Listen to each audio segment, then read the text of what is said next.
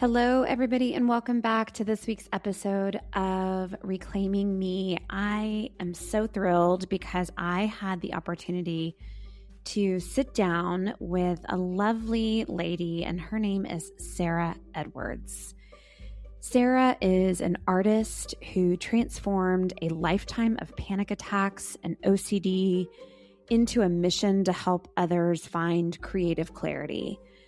In this conversation, Sarah and I explore how to separate your identity from your symptoms, the power of what she refers to as microdosing success, and why healing isn't about becoming somebody new. It's about reclaiming the version of you that was there all along. And if you've ever struggled with people-pleasing, perfectionism, or maybe just feel like you have an off switch that just won't work, you need to hear my conversation with Sarah today. So I hope that you can take this next hour to sit back and really be thoughtful about the message about your own creativity and your own productivity, as well as feel less alone if you've ever struggled with panic attacks or OCD. I think you're going to find this conversation inspiring, heartwarming, and it might just challenge a belief system that needs some questioning. So thanks again for checking out this episode with Sarah Edwards. Let's dive in. Welcome to Reclaiming Me, a trauma-informed podcast helping women with complex PTSD heal the lasting impact of childhood attachment wounds from parents and caregivers, so you can finally release people-pleasing and perfectionism and learn to trust in relationships, beginning with the one you have with yourself. I'm your host, Cindy Payne, therapist, trauma specialist, and a woman who has walked this path both personally and professionally. Hello, everybody. Welcome back to Reclaiming Me.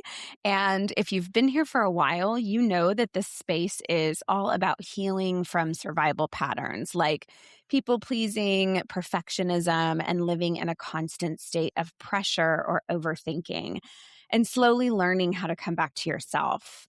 So that's why I'm so excited for today's conversation. It's such an important one, especially if you've ever felt like your mind doesn't turn off or like you're holding it together on the outside while struggling internally. So today's guest, Sarah Edwards, is an artist and creative mentor who has turned a lifetime of challenges, including living with undiagnosed OCD, panic attacks, and physical limitations, into a powerful message of resilience. After building a career working on multi-million-dollar brands, she now helps thousands of people transform their struggles into creativity, confidence, and meaning, reminding us that beauty isn't about perfection. It's actually about presence. So, Sarah, I'm so grateful that you're here. And I'd love to just jump right in with you. I'd love to start with you sharing just a little bit about your story in your own words. So, what would you want listeners to understand today about your journey? Absolutely. Well, I always like to say I'd like to start at the very beginning, and I literally mean that. I was born 3 months early premature, and that's such a massive element of my story because it really set the precedence of not just the issues I would walk with, but the teachings that I would need and the guidance I would need from mentors and people and family and my parents around me to set me up for success, and how blessed and fortunate I am to have had exactly what I needed in the moment that I needed it. And for me, being born 3 months early means that I was born with partial paralysis on the left side. I had learning comprehension issues, really struggled with reading, language, speaking, things that kind of had the fine motor skill work was very difficult.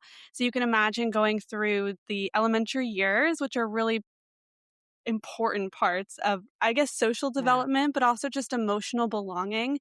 It was very difficult. I was spot out very easily because of my limp or because I was put in special education. So I was pulled out of classes pretty often. And unbeknownst to me, the compounding of kind of being in and out of hospitals, talking to doctors, always being with therapists, being with aides and, counselors, it Mhm. really made me feel separated from the social space.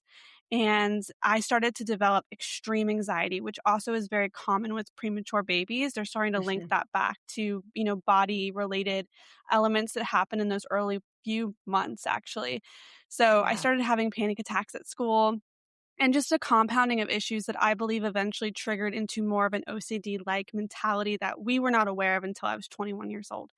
And so where it Mhm. kind of left me was this intersection of having to fight the system that I was in, but also still work my way through it and still be average. I definitely wasn't average. I wasn't treated as average. I was called stupid and a cripple, and nobody wanted to be my lab partner. And the bullying was very, very intense. And this is Yeah. even pre, huge social media. So I can't even imagine today what kids may be navigating.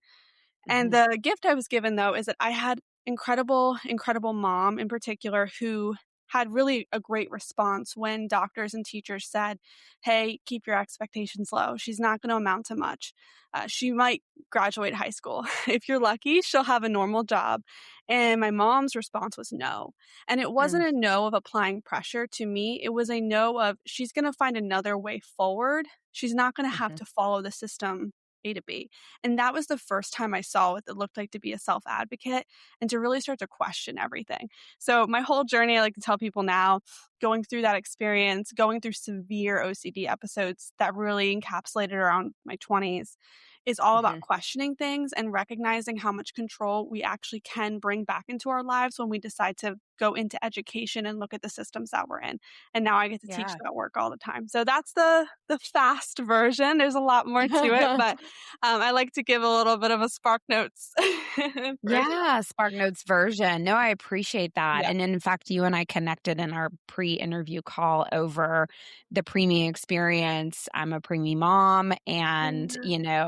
that was almost 19 years ago now. We've Mm. come so much further with what we understand and know the links between premature birth and later, not just physical Yeah. conditions, but mental health conditions. And so thank you Yes. for shining a light on that. You've described your mind at one point feeling like a prison. Yeah. And like, can you take us into what that experience was like for you from day to day? Yeah. I'll focus more on the time when I've moved from the typical generalized anxiety and the panic attacks, which were really severe, but I had learned to adapt and coexist and mask and hide those really, really well. So I Yeah. really pushed those things down. It was actually when I decided to move to New York City by myself. I was 19 Mm. and I was trying to get my way through college. I actually was rejected from every college I applied to, unfortunately. Mhm. So I really, again, was making my own path as the best of my ability. And I ended up landing myself in a really high pressure position, Mhm. job wise. And so I was working on Wall Street and I was Wow. 19. I was the youngest one there. I couldn't even participate in, the typical adult stuff of, oh, let's go to the bar, let's go to this conference. I wasn't even allowed to go. I was the Yeah. baby. And, I went from being honestly a workaholic in school because I thought the path to success was to if you work harder, you can become average, you can Mhm. outperform other people. To the point where I even graduated high school a year early. So I loved working around the clock. I would get up, open computers, work, close my computer in bed, sleep, open my computer the second I woke up. And that was my life for years. So the compounding of that together started to bring up intrusive thoughts, which was my version of a prison that I Mhm. actually had since a kid. So now I know the terminology. I had harm and responsibility obsessive compulsive disorder, which is two of the subtypes in OCD. And Mhm. I had no understanding of what OCD was. Back when I had therapists and doctors growing up, they thought it was, anxiety. A lot of them attributed it to my hormones because I'm a woman. I'm not Mhm. saying that that's not relevant, but it obviously wasn't the diagnosis that I Yeah. needed and my panic attacks got worse. And so everything just kept kind of getting worse. And I just got really good at pushing it away. But then I Mhm. had a breaking point, and this is when the prison started. As we know with intrusive thoughts, they can bend our understanding of reality. And with Yeah. full belief, we believe that what we're thinking is completely true and rational. And Mhm. I had a breakdown moment where I thought that I had committed a hit and run while driving a production truck in New York City. And Mhm. someone else was in the car with me they were on their phone just talking to me, and I felt all the blood just go from my body. And that was my introduction to understanding I've been having this problem since I was a kid. I always checked if Yeah. candles weren't lit, if the stove was off. But I didn't know at the time. So it went very extreme. I ended up going home, and every time I heard a siren, I would like run into the bathroom and lock the door. I thought the police were coming to me. I had compulsions and things like that. So this is just a snippet of what I was dealing with. But the prison mentality that I think is interesting, and I think why mental health awareness is so important, is the pain that you're in when you're in that irrationality compulsion, which can last minutes, hours, Mhm. days, weeks, or longer, Yeah. is a type of agony where you are just pleading and begging for any form of relief. And I like to Yeah. think of it as the equivalent if you break your arm and you're just want to get to the hospital so bad so someone can give you morphine or fix the problem. And that's the Mhm. level of extreme high cortisol anxiety that you're in, as if you're being attacked actively, as if the worst thing you can imagine is coming around the corner for you. And it's really hard to find the words to get someone to understand how that can be Mhm. happening at a basis inside where you physically on the outside don't show those symptoms. So Yeah. I had to learn how to navigate that and still operate in the world and not let anybody know what I was dealing with, because in my mind, it was really taboo, and I thought something was genuinely wrong with me. Not that I had Mhm. OCD, but that I was becoming something terrible, and that's a very big theme of OCD as well. So, again, the Yes. Spark Notes version, but I think it's that intersection between how do we identify pain and what can we see and what can we not see as a prison, and Yeah. it's why I love talking about this stuff today, honestly. It's important. Yeah.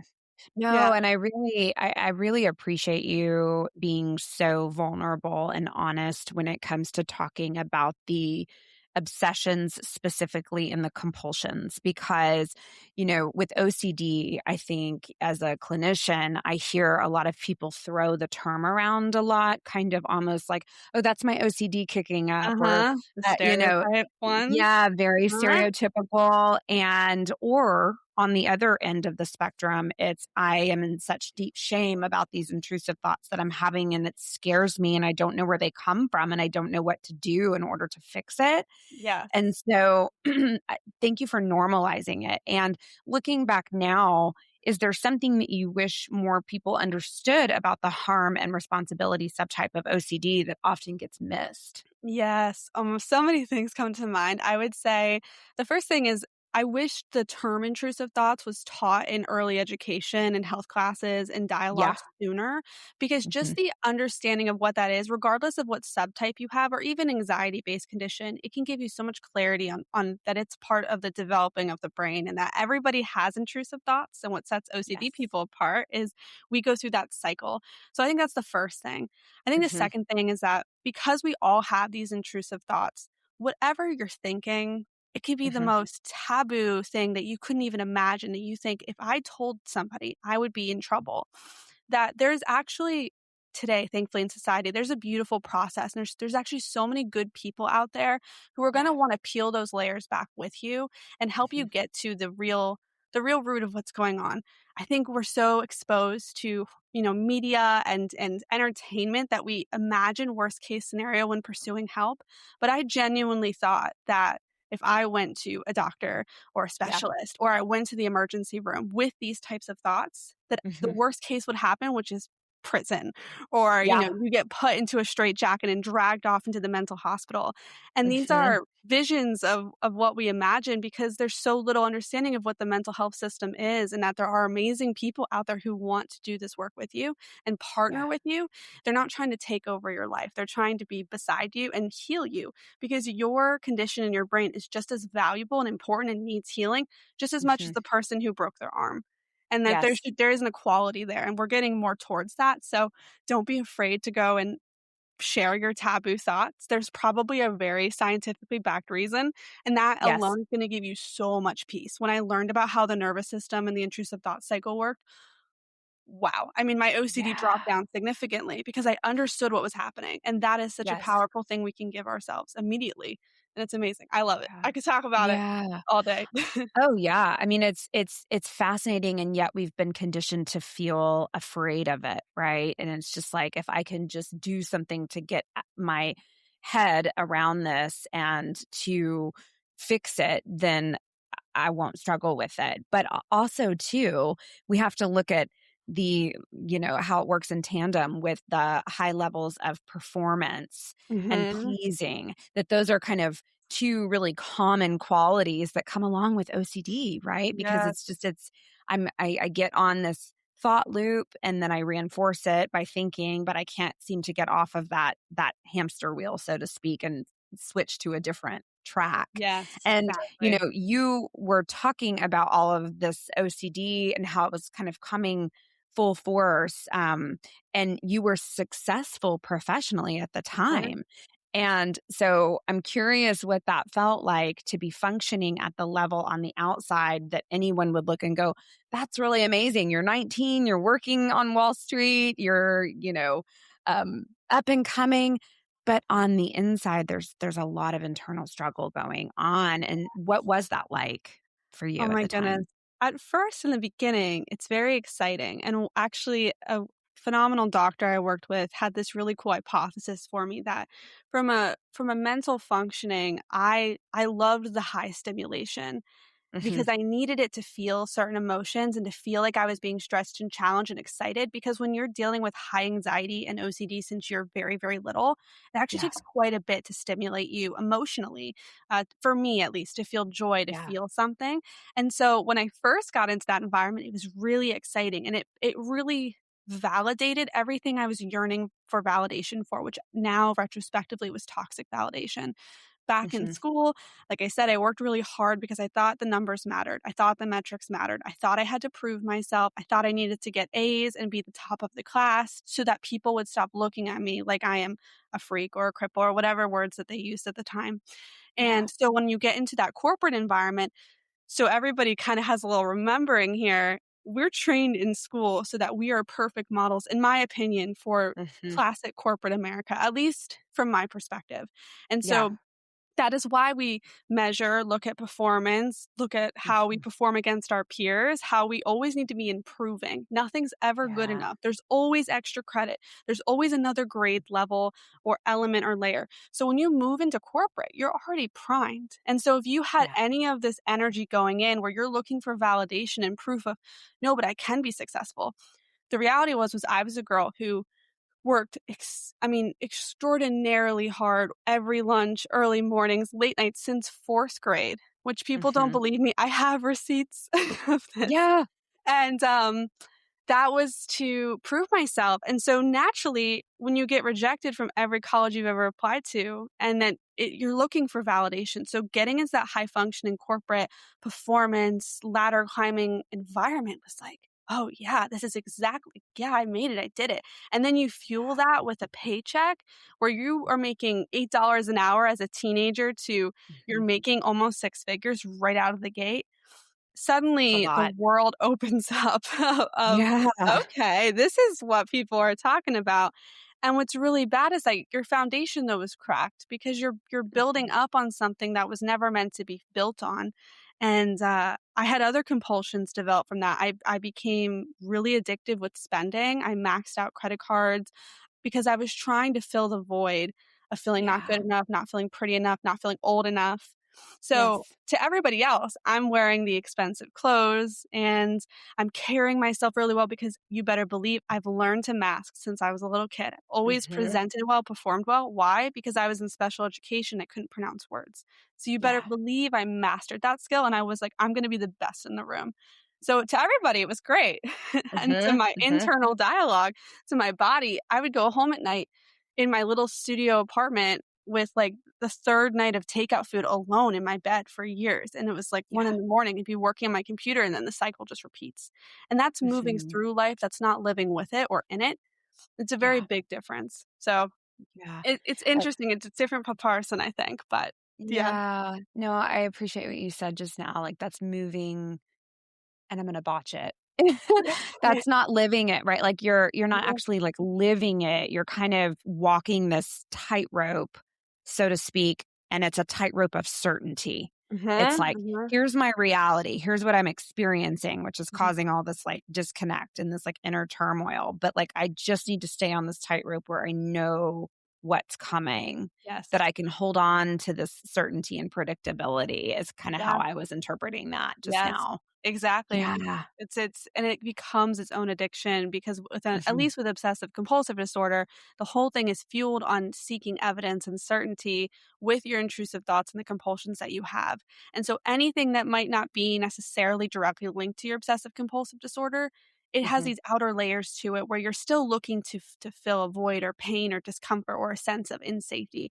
And you better believe we're trained that paychecks equal security. Yes. And then we build our lives around that, so then it becomes reality for many of us. So Yeah. it becomes like a very secular experience from performance reviews to getting the next pay raise to winning the project to getting the award. I won so many awards and I look back and I'm thinking, "Wow, they are Mm. so pointless. They're empty. They're Yeah. pieces of plastic." And Yes. what did I miss out on because I was pursuing those things that you learn the jaded perspectives of it. There's actually so many meanings to it, but yeah, Yeah. it's really the inability to question, like, why am I having this experience and why am I Mm. living here presently, not why am I moving through this experience and what is my why and how am I defining success? And this is why I Yes. love the work that I do now because I make everybody go back to that core and it shocks them. Yes. Yeah. No, 100%. And I wonder if we could kind of move into that direction, talking about Mhm. identity and separation from thoughts, because, Yes. Oh, this started, or I guess it gained its intensity when you were 19.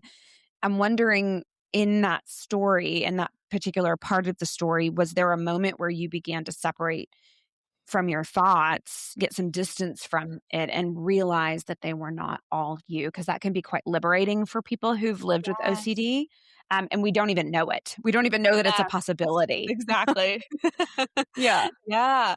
When you're in whatever your version of the depth of your condition is, it is so Mhm. dark and it is so heavy and so painful that you do truly believe in that moment that, "Is this ever gonna end? Is this ever gonna go away?"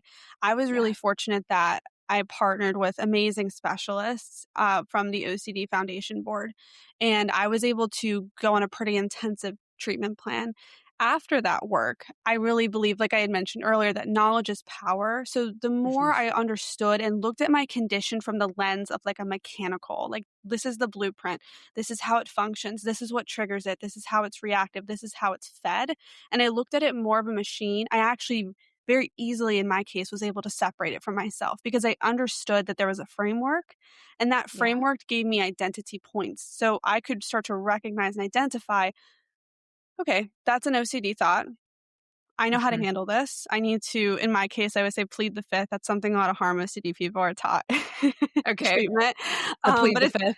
plead the I fifth is a like it. term you hear in treatment, but essentially it's the Fifth Amendment in the United States, the right to not self-incriminate. Meaning, it's a fancy and kind of silly way of saying I do not know the outcome. It could be true or it might not be true. And that ability to release care of the outcome is, Yeah. in my case, a core part of OCD treatment. What that actually did for me, to answer your question, like big picture, is once I had the mechanics, I understood what triggered it. My ability to release outcome, to Mhm. release my need of looking for evidence of certainty, and to strive into uncertainty, not needing that evidence, it changed my whole life down to the final root, not just with Yeah. OCD, but just how I moved through my lens of money and communication and employment and career and identity and how I labeled myself. So it actually had this whole rewiring for me. I'm very Mhm. fortunate in that. I recognize some of people's stories aren't as linear. Yeah. And now I get to teach that work to other people who never experienced OCD, but it still applies to their life. And it's amazing. It's so much, there's so much joy in that relabeling. And I think what I love to tell people now, a simple reframe is I have OCD. It's part of my story, but it's not who I am. And I think Yeah. that's true with even anything traumatic that you've gone through or another label or condition you might have been carrying. Yes, plead the fifth. Gosh, I'm gonna be thinking about that now Yeah. for a long time, because I Yeah. think that's such a brilliant, beautiful way to frame that for somebody that's going through something where they feel like their brain or their thoughts are working against them. Because to me, what pleading the fifth, um, it feels like, sounds like, is like, oh, like I'm gonna, at, on some level, surrender a little Mm. bit. you Mhm. know? Yes. Yeah. Because I'm in a fight right now with my thoughts Yeah. and my cortisol spiking, my adrenaline is pumping, right? So Yes. if I can Yes. surrender a little bit with pleading the fifth, then we can kind of start to calm what's happening in the body so that I can get that thinking brain back on. And Yeah. thank you for touching on that because on this podcast we talk a lot about reclaiming our identity after years of faulty coping which came from surviving. And when Mm. you think about your healing journey, what did it look like for you, feel like, sound like maybe to start reconnecting with yourself beyond just symptom management? Oh, yeah. I love that you call it symptom management. That's fantastic. There are so many root causes, and a lot of us are feeling and living with symptoms of a root Yeah. cause. My Yeah. OCD challenged me to go back to my root cause. And like I said, it rewired everything. So I needed to rebuild my entire life because you better believe that after the treatment had kicked in, this was many Mhm. months later, and I had gone through, again, really dark days. I thought I was going to have to leave my career behind. And not to rabbit trail us, but I think this is important. I Mhm. would go from treatment, which was 3 blocks from my office at the time pre-COVID, and I Yeah. would have 2 makeup bags, one in my desk and one on me because I would go to treatment, be a mess, be crying because Mhm. it's a very difficult experience. I would go Yes. back, sneak through the elevator corridor, go to the bathroom, clean myself up, and sit back and go to work, even if it was 5 or 6 PM. So I had Wow. this, lifestyle and a lot of these, hidden permission slips I had given myself. When I was about to get into the depths of my treatment, I remember walking into my boss's office and I couldn't hold it in anymore. I just started bawling. And he Mhm. just took one look at me, a great mentor, and he just said, "Do you need to leave?" And I said, "I really need to leave and I can't tell you if I'm coming back." And he said, "Okay, I understand. Just take your Yeah. stuff and go." And ironically, that was 3 days before the pandemic when New York City shut down. So I never saw any of those people again in Oh, person. wow. And, that was my last that was my memory. I remember hearing people whispering, "What's wrong with Sarah?" I had friends coming up to me saying, "Do you need help?" And I just said, "I just need to leave." And that was my last memory of in-person community and connection. So when I tell people I had to rebuild myself, Mhm. I ended Mhm. up moving back in with my parents in a completely different state. I had lost all my friends. I stopped communicating. I dropped weight. I stopped eating. I started to question the food I was eating because everything kind of spiked up, intrusive thoughts. My throat's closing, or, why did Yeah. I eat that thing? Or that sugar made me anxious. Now I'm having intrusive thoughts. So from Mhm. diet to movement to living with my parents again to my identity got stripped down to the studs. Um, Yes. and that is such a gift to have that all happen at once in under Mhm. the guise of the pandemic happening in my case. I was very protected, but I was also extremely isolated and extremely lonely. Yeah. Um, however, the analogy I love to give people is if you've ever had to redo a room or a closet in your house, you have to tear it all out and honestly make Yes. a mess and make it worse before you make it better. So even if that sounds very unappetizing at the moment, um, you're like, I'm good, Sarah. I don't wanna do this."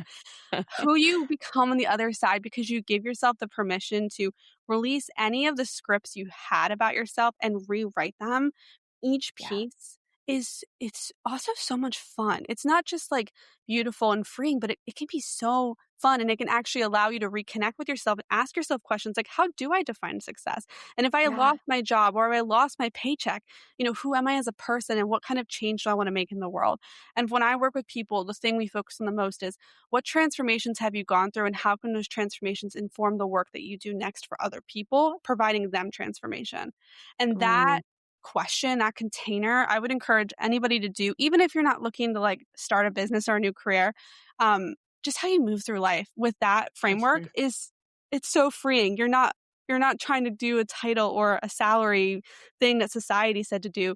You're like, Yes. how am I going to change lives today? Oh my gosh, it's such a different way Yeah. to see the world. And I have so much joy every day because of that. It's so much fun, even when it's hard. And I want everybody to Yeah. have that. Oh, I love this message. It's so hopeful and beautiful that that can come from such a dark place, you know? I mean, again, anytime we talk about I think moving out of perfectionism and more into humanity, I think what we're talking about is this shift that happens and it's not overnight where you just learn how to step into the humanity side. this is what it feels like just to be a human, having an experience and not Mm. necessarily attach it to the striving. And I wonder in those early days for you, was there anything that stuck out about just having a human experience Yeah. versus like, oh, I don't have to Striving. do this anymore. I don't have to Yeah. do this struggling. Yeah. I remember, 2 different short memories come to mind. One is when I was put on medication, which for me was a temporary part of my treatment plan. I woke up in bed and my mom walked in because she was really taking care of me at that point. I mean, I couldn't make food. I couldn't be in the kitchen. I couldn't be around knives. Um, Yeah. if I had a weird seasoning on my food, I would have a panic attack and think I'm having anaphylactic shock. I mean, it was just, Hmm. I Hmm. couldn't function at the depth of my issues. I like even couldn't go to the bathroom. Like we're talking Yeah. losing human skill. My mom came into the room and I had just woken up and I just started crying. And so she started panicking, thinking I'm going into an attack. And I said, I've never felt what it's like to not have anxiety Mm, and to sit here completely as if I'm sleeping, but I'm conscious. And I've never yeah. had that experience truly in my entire life. If I did for just a moment, and to sit there and my hands felt different, like, touching fabric felt different. I mean, everything my senses felt different. So, actually, the first human experience was my 5 senses. I didn't need to drown out my thoughts with blasting music, or I didn't get overstimulated when somebody turned a light on because I could see a bunch of things and it triggered a bunch Yeah. of things in my brain. I mean, it was like operating a new body, and actually, one of the doctors I worked with also told me, he goes, "One of your greatest challenges in your journey is not gonna be this work, it's gonna be after." And I was like, "What do you Mm. mean?" He's like, "You're gonna have to learn how to live again." And you're like, "I'm just trying to live." Like, "What do you mean again?" Like, you're like, Again. "Hold on." And even just to your depth of appreciation, like, I was just like last week, my husband and I were eating out and we're at a seafood restaurant, and for 7 years, I couldn't eat shrimp, and I ate shrimp at the restaurant, and I Yeah. started laughing, and he's like, Hmm. What's going on with you? Are you okay?" And I was like, I can eat this and not feel Yeah. like I'm gonna die. Like, Yeah. coffee tastes different, like, everything tastes different, and so you naturally actually start to romanticize life because your appreciation of, like, "I can just sit here and drink water and watch this movie," like, Yes. wow.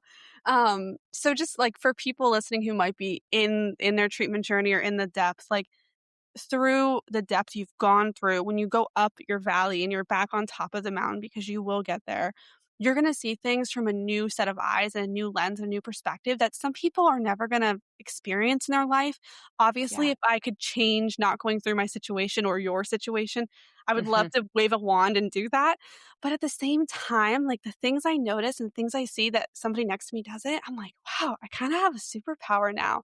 And it's Mhm. just a beautiful, like, almost like side effect of the journey, and so, we Yeah. become, like, new versions of ourselves, and that's just I don't know, just makes me happy, and it's exciting. Yeah. Oh, no, that's beautiful. I think like experiencing presence, even if it's just in fleeting moments, like you were Mhm. saying, like sitting at a seafood restaurant and kind of having this realization that like you didn't have a lot of fear or intensity attached to that experience. It was like, oh, this is what it feels like to just sit here and be present and be Yeah, appreciative that I can yeah. do that. I think that's so powerful. But when you've wired your whole nervous system and body around doing the opposite to stay safe, that's a revelation for Oh, people. yeah. It is. It It really really is. is. Yeah. And I It's know amazing. it is amazing. It is. And we don't take those things for granted, I don't think. And so, by that rationale, that's where I always like to remind myself that, like, if I'm careful about it and conscious about it, no pain is ever wasted. Like, no pain is Mm, ever wasted because yeah. you will always look at shrimp now and have a deep appreciation. True, I really will. I mean, funny example, but like, yeah, no, seriously. I mean, it's Yeah. like, oh, I get to do these things now without this loud noise in between my ears. That's Yeah, huge. and the Yeah. crash afterward that happens, you actually, Oh, like yeah. I've repressed so many memories, like, I'll have people, I mean, "Oh, do you remember this?" And I'm thinking, "No, I don't remember No. this," because you go into these, like, survival mode states right afterward, panic Hmm. attacks in the bathroom, like, Hmm. you're going and having nightmares. I had sleep paralysis, and I'm thinking, "I don't remember that at all." You're like, "Oh, that's Yeah. why." And so you get to Sure. also make new memories, and that's also a gift if you've been someone who's been repressing a lot of Yes. your past. So Yes. it's exciting. Yeah. Yeah, thank you for adding that. I want to be able to shine some light on your work. Obviously, you and I connected via email, and then I was like learning all about you and what you do. And when we hopped on our pre-recording call, I just automatically noticed like this darling background, Oh, thank and you. this is audio only, but I will show clips on my Instagram. So if you don't follow me, then you'll need to follow me after this, Cindy Payne Rooted, so that you can go on and see this precious background that Sarah is Oh, sitting in thank front you. of. And, so I want to know a little bit more about creativity as healing, because I think for a lot of my audience, complex trauma survivors, creativity is the first thing to be stripped from us when we are young, Uh, because either we had some criticism around creativity, or we were just really adults in children's bodies, just trying yeah, to make adult decisions and stay exactly. safe and function. So we did not get to maybe spend a lot of time there. And Yeah. your work is so rooted in creativity. So I'm curious if you could share with our listeners, how did creativity become part of your healing process? And what does Oh, it look like yeah. today? Yeah, of course. Man, you touched on something really, really important. And childhood is very short for people who deal with these conditions early on.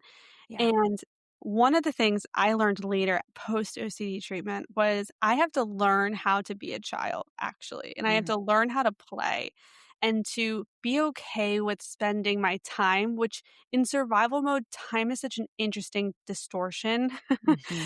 It's our Yes. highest currency, it's most important, but if you're in survival mode, time is like it is everything, and anything that's inefficient because you're trying to alleviate pain or solve a problem or get through something or survive something is almost your enemy, and to Mm-hmm. create is actually to pendulum swing to the other side and release the timeline, and that kinda goes back to some of what we were talking about with the nervous system cycle and the anxiety cycle about pleading the fifth, releasing the outcome. So creativity Yeah. actually for people who've dealt with trauma and the people I've worked with in my own experience only, I've seen releasing the outcome and releasing the timeline is like those complete polar opposites to how you're wired.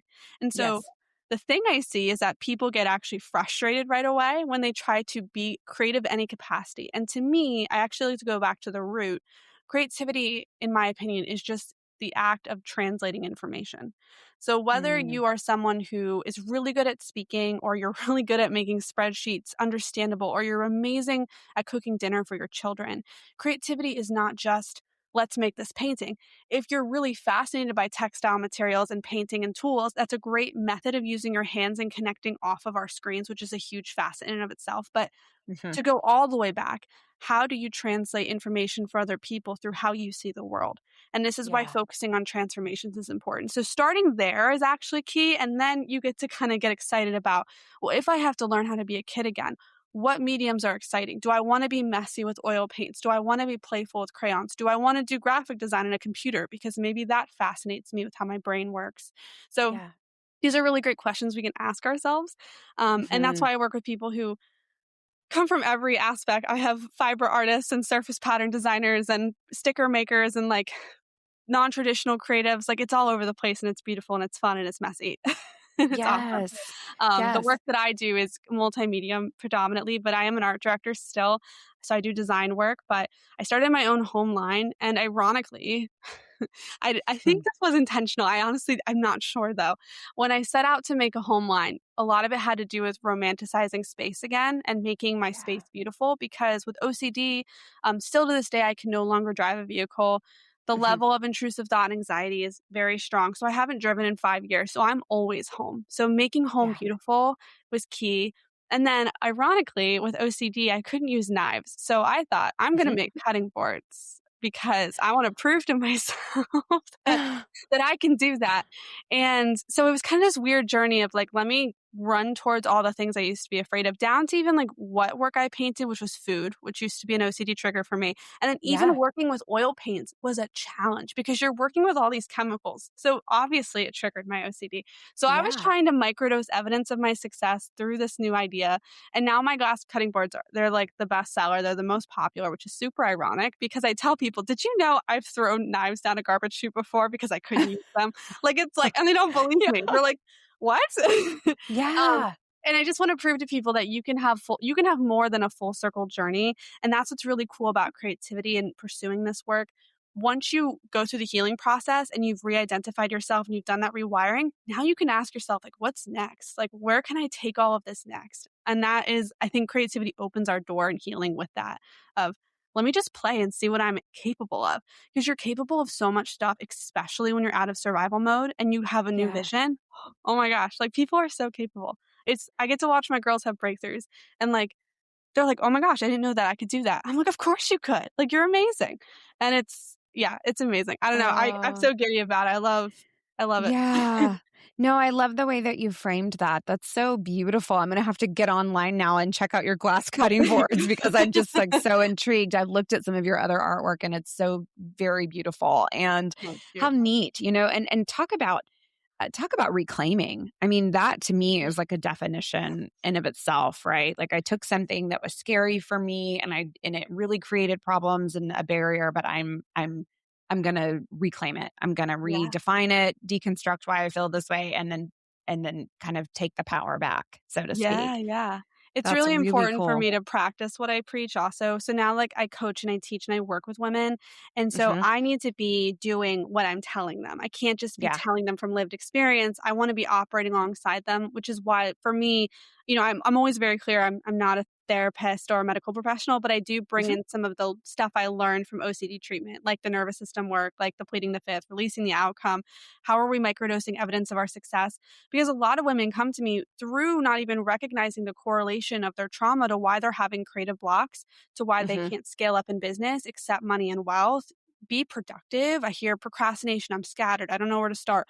All of these are typically byproducts um, of the nervous system being in full freeze mode, of we're not proving to ourselves this is safe or successful for us to pursue. And so to watch Yes. people do that work through the lens of creativity and rewiring is amazing. But I need to be showing my girls I'm doing the same thing every day. I cannot Mhm. stop. Like I have to keep going for them, so that I can kind of burn a pathway and be like, here's the easier, here's the Yeah. easier road, honestly, because it's hard. Yes. Creative people, we're not taken seriously sometimes because society told us our work is not as valuable. But Mhm. creativity, if its translation is literally in anything and everything you see around you. So it's Mhm. actually very valuable. Yeah. Is this kind of what you mean where when you talk about romanticizing the mundane, which I love that phrase. Like what Yeah. does that mean? What does that mean to you and why is that so powerful especially for people who are struggling? Yeah, yeah. Well, if we go back to some of the earlier part of the conversation about like what are you striving for and like how do performing at a high function, right? When I Mhm. had to go back to the studs of myself, why are we working so hard? And so everybody's Mm. default answer is money. Well, okay, but let's unpack like why do you want money? Well, Yeah. people are like, oh, I want this vacation or I want this thing, and I'm always like, Yeah. that's a piece of it. It's not the full picture. The reason you probably want money is because you actually want the freedom to do what you want, when you want to do it, for who and where and why. You want freedom of choice. So Mhm. you can actually apply that not just to money, but most things. So the idea of when we work hard so we can have a fun weekend or, we have a perfectly efficient schedule, it's so that we can have our evenings. Why? Well, you want the freedom to be able to do what you want, what makes you happy. And if you Yeah. study literally anything, any culture, if you talk to any person of any age, typically what makes people happy is I had a really good conversation with a friend. I got to Mhm. sit down with no phones with my kids and we ate dinner together, or I got Yeah. to work in my garden. Interesting, like how that all actually comes full circle. We really Mhm. want to be present, and we're getting further and further from being present internally and externally. And now we have to be goalkeepers of that. And Yes. so when I tell people romanticize the mundane, some of your greatest joys this week are going to be when you buy the fresh flowers, when you intentionally cook the meal. And that's the key word for me. I call it strategic intention. How do we pull Mhm. in more strategic intention into your planning, into your space, into your boundaries? So you can actually have more of what you want because burnout is a byproduct of not doing enough of what you love. That's why a lot of people in Yeah. corporate are burned out, in my opinion. That's why I was burned out and No, that's so miserable. wise. Yeah. Yeah. Burnout, say that again. Burnout is Burnout. a byproduct of not doing enough of what you love, Yeah. in my Ooh. opinion. I feel a lot of people Yes. resonate. No, I love that. I love that. And for my listeners, I think so much of their burnout, or what we've been taught is, again, it's a nervous system that's taxed. And so we have to kind of Mhm. learn how to scale it back and get to a place where I can feel I'm supported with my regulation so that I can do more of what I love. And so for people that are just practicing doing this work, nervous Mm. system support, what are some ways that you support yourself still to this day when things are feeling too intense or maybe too activating for you? Is there any like go to thing that you're like, yes, this is tried Yeah. and true for me? Yes. It's funny because when I pursued coping mechanisms before, it was very much based in reality of I'll watch this show or I'll eat this food Mm, or I'll listen to this thing. And those are still very hmm. valid. And I run towards those every week. Sure. We need our safety items and things. But I really started to explore the internal kind of safety pieces. And for me, Hmm. I really do. I genuinely sit down every day and I'm like, how do I microdose evidence of my success and safety today? What does Yeah. that look like? So anything that I'm feeling extremely heightened in, likely it's because Hmm. I'm not feeling safe or that I will be successful in the pursuit of that thing. And we usually can take a non-emotional approach to solving that problem typically. A lot Hmm. of us put a lot of weight in our emotions. Like, I just have to feel more confident. I just have to feel stronger. Well, confidence and clarity comes through action. And action typically is from strategy, breaking things down, making things more bite sized, more understandable, educating ourselves. Like, what is this task actually? And do I really need to be doing it right now? Hmm. That's where boundary work comes in, all the things. So, for example, this is like a big one I'm dealing with right now. We're launching on Walmart.com, my brand, and I'm a solo single person. Exciting. It's just me.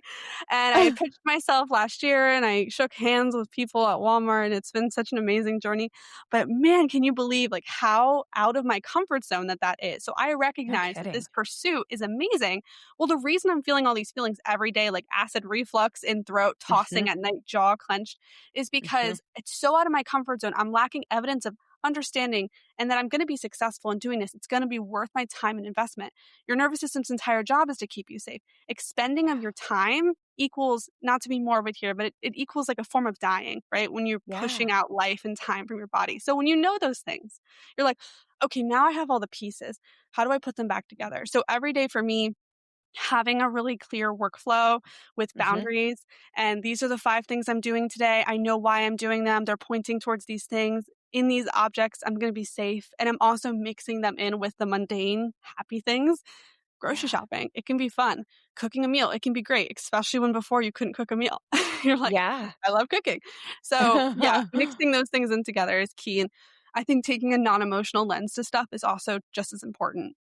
Yeah, no, that's such a great way to frame that. It's grounding, it's centering in the midst of what feels again uncertain and risky and vulnerable to put yourself out there for a corporation like Walmart, where it's like, okay, here I go. I'm a one-woman show Yeah. and this is very uncomfortable for me, and yet on the flip side it's super exciting and invigorating, but my nervous system doesn't always know what to do with that or how to metabolize that.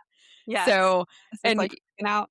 yeah, it's like freaking out. It's like, "Oh my gosh, here we go. Okay, like we're rolling the dice on this. This is exciting." And then it's like, I want this, but then also as a person that has lived with intrusive thoughts and, struggles to manage that sometimes, how do I hold both? Yeah, How do I yeah. hold both? Exactly. Yeah. Something weird that, like, I love to remind people too is if you have a heightened reaction to something, you feel that cortisol, you feel that tension, that is not a measurement of your outcome or your success. A lot of us Yeah. think that if we feel anxious in the pursuit of something, we must be incapable or inexperienced. It Mhm. might just be how we're perceiving the situation, which is also why I encourage people to break things down. And my least favorite piece of advice when people are like, "Oh, just let it go." You ever get that from a well-meaning friend? Oh, Just breathe, just let it go. The reason it sets you off is because it's not actionable. That's the thing. yeah. What does let it go mean, right? What What does that mean? what Yeah. does it mean? So I love when I hear let it go, what I prioritize it as now is let me go through this and let the Mhm. outcome be what it has to be. So let it go just means releasing care of the outcomes. And that's how I like reframe that when I hear people Yeah. say, just breathe or just let it go. Mm. No, Mhm, I'm mhm. holding in all this tension. What do you mean? Oh, wait, I'm gonna release the outcome. That's what that means. Got it. Release the outcome. So much Yeah. faster, instant. Yes, yes, and yeah, one of the things that I often talk about here in this space is moving out of the survival self and into a place of choice, which Mm, again, there's, okay, how can you're telling me to let it go. What is this process going to entail? What choices do I have? And I think that that requires us telling the truth. We have to first get clarity with what is true here. So in order for me to move into a place where I feel like I even have a choice, right? yes. And so I wonder if you could answer this question of like, how do you stay connected to what feels true for you now, especially in Mhm. moments where there's uncertainty and you don't know how things are going to go?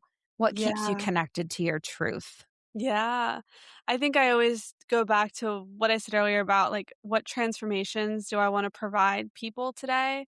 Hmm. You really cannot it's so cliche, it's a little bit of an eye roller, but if you move with kindness, knowing and recognizing that everybody's fighting a battle you can't see. Every single Yeah. person you talk to, DM, message, see online, see people commenting.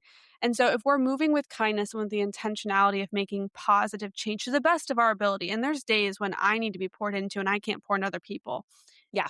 How do I move through it more of like a servant-minded perspective is kind of how I Hmm. go through things, which means I'm not quick to judge, I'm not quick to make an assumption, and for me, one of my favorite phrases, I can't take credit, I don't know who coined this, but all behavior makes enough sense with enough information. And I Mm. kind of just love reminding myself that every day if I am able to. That Yeah. really changes the decisions I make, including how I react to something. When I'm always telling my girls, because a lot of them are coming to me with severe trauma, domestic violence survivors, some of them are autistic, some of them are on Hmm. different spectrums, eating disorders. And one of the phrases we work on is pause but don't react. As in, take a Mm. moment and really analyze and process. Realize we have so much control in how we receive and project information. And I think truth is more of how do I filter something and take it in and project it out? I think it's less about like a moral code or a set of beliefs because those are always changing because we're always changing. We're always evolving. So I Yes. don't like holding myself for me, I don't like holding myself to that box. It's more of like, how am I receiving information today? How am I putting it out for people? Am I moving with a lens of kindness, understanding, and behavioral understanding? Um, and that's a whole nother podcast episode, but hopefully it Yeah. slightly answers the question. Oh, I love that though. I love that. I love the idea that it's like we're constantly changing and evolving. So the way that I'm going to show up at any given moment is not going to be prescriptive. It's going to be based on where I'm at in my life and what I'm dealing with at that current moment. So just Mhm. like we are evolving, so is the stage of our life and so is the way that we respond to things. And yeah, just this permission to be able to do it differently Yeah, no matter yeah. how you've done it up until now, I guess, is what I'm Always, coming always coming another up with. path forward. The thing my mom taught me Yeah. when I was 7, and it is so Yes. cool. We have that we can literally do that today moving forward. Like, you have that permission slip to do that Yes. right now, and it's so amazing. It's one of the gifts of being alive, I think. I mean, there's Yes. lots of gifts, but, you know. Yeah, but this is one of them, and it's a big Yeah. one, and I wonder kinda getting towards the end of your time, I could talk to you for forever, Oh, so, oh yeah. gosh, we're gonna have to wrap soon, but second to last question for you, and I don't know if you're familiar with Elizabeth Gilbert, but she wrote Yes, Eat, of Pray, Love, course. and Yes. yeah, and she Big always magic. answers this yeah, when people ask her, like, "What would your younger self or what would you say to your younger self?" And she has this line where she's like, "Well, she wouldn't have listened." Anyway, I like love that. my younger self wouldn't have listened, but it's a nice thought, when you think about your younger self during your Mm, hardest moments, mm. what would you want her to know now that maybe she wasn't in a space to understand then? Yeah.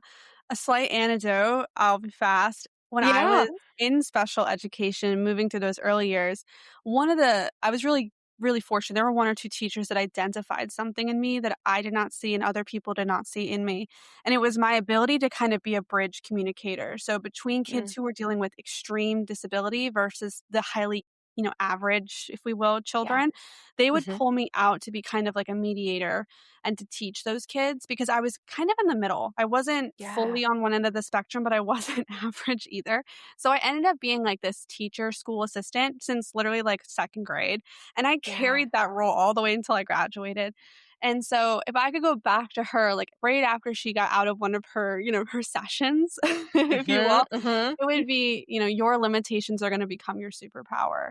And like Mm, everything you've navigated, but also everything you're going to carry your whole life. Because I think the word that's important here is chronic. A lot of us are carrying chronic conditions, chronic yeah. mental health diagnoses. This actually is going to be your vehicle. You can make it a vehicle to be something absolutely incredible. It doesn't Yeah. have to control and define you. You can actually define how you want to move through with it through your life. And Yes. obviously, my quick kiddish way of saying that is your limitations are your superpower. And I actually have my girls do that work too. We list out all their limitations and all the ways that they're going to have impact for other people and for themselves in their life. And it is such a beautiful, quick reframe that I would encourage anyone to do Yeah. with a piece of paper, like brain dump it out, honestly. Yeah. So fun. Oh, I love that. So, like taking your pain points, taking those limiting factors, taking almost like that shame narrative that we've carried from whatever our circumstances have given to us, and looking at ways that that can be channeled into something that is healing, that is connecting. That's so beautiful. And, I know that you have many different facets of your business. So you're an artist, but you're Yes. also coaching. And can you, last question here, orient our listeners to finding out more about you, whether Yeah. that's something that they want to purchase to hang in their home? I'm already about to get on the website here after we wrap and Thank look through you. some of those products. Or if it's coaching, can you just share a little overview of how they could work with you, find you, connect with you? Yeah, absolutely. You can always find me on Instagram. I'm a big believer in dial in on one platform because your Yes. girl can't handle all of the things. So No, it's too all of the much. things, too much. Set apart underscore company is where I'm on Instagram. When I say you'll get a little message from me that says my door is open, I legitimately mean that. I respond and I talk to and I voice note everybody who wants to share their story with me or ask questions. I do not gatekeep. It's not Yeah. $29 to talk to me, which you'd be surprised Yeah. what we see today. So Sure. first and foremost, that's the best way to reach me personally. I have my Okay. podcast, The Creative Clarity Show, where we unpack more mental health, business intersections, essentially. I have Hmm. my home line. Like I said, it's launching on Walmart, hopefully in the next month, but TBD. So cool. Um, for now, I have a website, setapartcompany.com, which is where all of the products and the art lives. We're also going to be on Good Morning America in a month, which is so fun, our second time. So I can't wait for that. Lots of So fun going on there. cool. The other Yes. end of the spectrum is obviously my coaching. So this is the work I do with women. We take the three-tier approach we've kind of been alluding at in this call. It is, Yeah. in my opinion, the only creative entrepreneurship facing program that combines mental health, nervous system work with business strategy. And that is what I get to do with the Creative Catalyst Academy. So if you're interested in that, that is also on the website. It's also all Yeah. over my Instagram. I can give you a business plan. I can give you clarity really quickly through different offers that we have. I have an ebook, all the things. If business is your drive, or you just want to unlock a new creative version of yourself, if you're not looking for business, I still work with women who they want to get more tapped into their relationships. They want to communicate better. They want to pay off debt. So it's not just if you're business focused. It's Yeah. super, super flexible. So yeah, I just love meeting people, talking to you, Yeah. encouraging you. That's my thing. Oh, gosh. Well, you're so warm and so personable. And Thank I you. am going to link all of this information in the episode show notes. And so if you are looking for, again, just something beautiful for your home, or you want more information on how to work with Sarah, please be sure to visit all of her Thank you so much. information, be it Instagram, website. And Sarah, this was just such a meaningful conversation today. And thank you for You. sharing so openly. And for anyone listening, if something in this conversation resonated with you, especially that feeling of being stuck in your mind or disconnected from yourself, I just want to remind you that there is nothing wrong with you. These Mm, patterns, they're just patterns. They make sense in the context of what you've been through. And this work is not about becoming someone new, I don't think. I think it's about slowly reclaiming who you already are at its mm. heart. And so, thank you again, Sarah, for your time. Thank And I you. can't wait to chat with you in a Ah, few weeks on your yay! podcast. And so it's Let's going to be go. really fun. And again, just such an inspiration, and Thank this you. was beautiful. So thank Thank you you. so much. Thanks for taking space. Yes. Thank you guys. Please join us back next week for another full-length episode. Take great care. Oh. Thank you for spending this time with me today. I hope you leave feeling a little lighter, a little more grounded, and a little closer to trusting yourself and your inner experience. If this episode resonated with you, please follow or subscribe so future conversations can meet you when they're needed. And if someone came to mind while you were listening, consider sharing this episode with them. That's one of the ways this work reaches the people who need it the most. You can find me on Instagram at Cindy Payne Rooted, and you can also visit me at cindypayne.com, where you'll find all episode links, blog posts, practice updates, and a free people-pleasing style quiz designed to help you notice your patterns with more compassion. And remember, every small step towards healing, self-trust, and presence matters. You are worthy of this journey. Thanks, everyone.